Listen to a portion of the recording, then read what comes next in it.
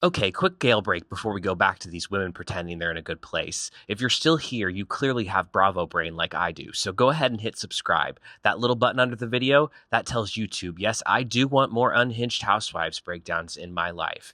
Now the bell is very I said what I said. That's you telling YouTube, don't play with me, I want to know the second she posts. Tap it so you're not the last one at the party asking, now how did I get in it when everyone's already in the comments? 7 years ago, Beverly Hills packed grief, glam, and a rescue dog into one Bahamas trip and launched the most cursed storyline in Housewives history. It's Puppygate. Let's get into it. We open wheels down in the Bahamas. Dorit and Lisa Vanderpump snag the massive chairman's suite. Erika arrives with full glam squad, behaving like other people's settlement checks are a direct deposit. Every woman on this group can afford a glam squad. You're just too cheap not to do it. Dorit pulls Lisa out to their terrace for a heart-to-heart. She's hoping Lisa isn't still furious about the dog she rehomed that ended up in a shelter.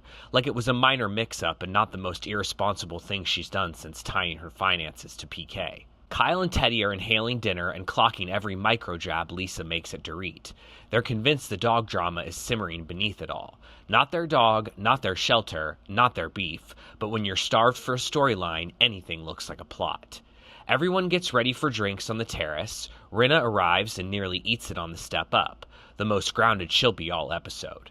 The rest of the women trickle in. Denise wanders up last, looking like she took a wrong turn from the beach bar. Tequila with nothing else. LVP opens up to Kyle about losing her brother. It segues into Kyle talking about her fractured relationships with Kim and Kathy. Lisa urges her to fix it before she ends up like her, grieving and asking, What was that one about? Rinna appears, summoned by the scent of unresolved trauma. Elvis, their butler, offers drinks, and Lisa mentions he's promised to bring his cat to their room. Kyle jokes maybe he already did, and that's why Dorit had an allergic reaction earlier. She tosses off one extra joke. Maybe Dorit is allergic to dogs, too, and the air goes dead. Rinna smells a storyline, but Lisa shuts it down. Jeez, you're still keeping secrets. Wow. The next morning, Kyle orders room service breakfast. She and Teddi sit on the floor like middle school girls dissecting a three-way call. Kyle talks about how Lisa completely shut down the Dorit conversation in front of Rinna. Right on cue, Rinna shows up, dying to be looped into whatever is brewing, and Teddi happily spills. Someone who works for Vanderpump Dogs, Blizzard, told her Dorit's dog ended up in a shelter after Dorit rehomed it.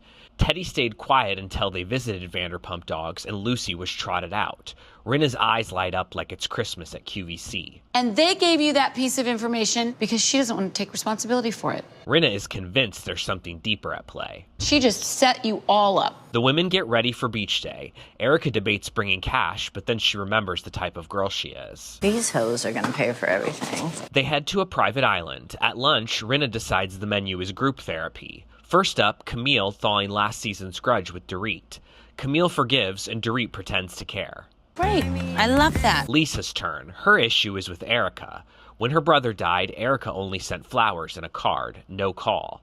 She mentioned it to Kyle, but Kyle is already isolating herself from Lisa. Yeah, I spoke to you about it. We talked about it. You told me about it. Lisa expected more from Erika. Erika goes ice cold, full Elsa, zero empathy. If you thought that I was cold before, hell has frozen over, honey. Lisa relents because getting any accountability from Erika is like drawing blood from a stone. Later, Rinna stops by Erika's room before dinner. Erika pulls out her receipts, a photo of the condolence card and the flowers she sent. Nothing says true friendship like documentation. It's classic Erika, emotionally distant, litigation ready, and offended that a friend grieving expected more than a tracking number. Night falls, time for spicy margaritas and shared plates. Rinna, Dorit, Camille, and Denise hit the bathroom. That's when the fuse gets lit. Teddi tells Lisa she feels weird that Dorit doesn't know everyone's been talking about the dog. It's only been Teddi and Kyle talking, but Teddi never lets the truth stand in her way. When Dorit sits back down, Teddi detonates. She tells Dorit the dog was pranced out in front of them at Vanderpump Dogs and that there was an agenda to make her look bad. Lisa pushes back and the table dissolves into a full dog trial. I'm lost. Okay, it's about a dog issue. I don't even know what these bitches are fighting about. Lisa delivers her verdict. It all went wrong.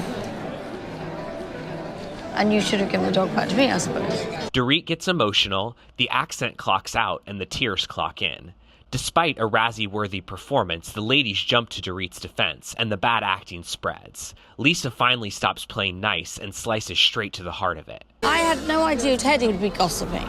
Now in the hot seat, and knowing she hasn't told the full truth, Teddi stammers through a defense, and Irish exits before the camera time turns into a deposition. The accountability coach taps out the second real accountability enters the chat. From here, we go to radar online leaks, lie detector test, and the slow, painful divorce between Kyle and Lisa that ends with "Goodbye, Kyle" echoing through reality TV history. So was this a genuine rescue dog tragedy that spiraled, a Bravo-produced hit job, or did Kyle and Teddi become producer-adjacent pawns in a Vanderpump chess game? Let me know in the comments.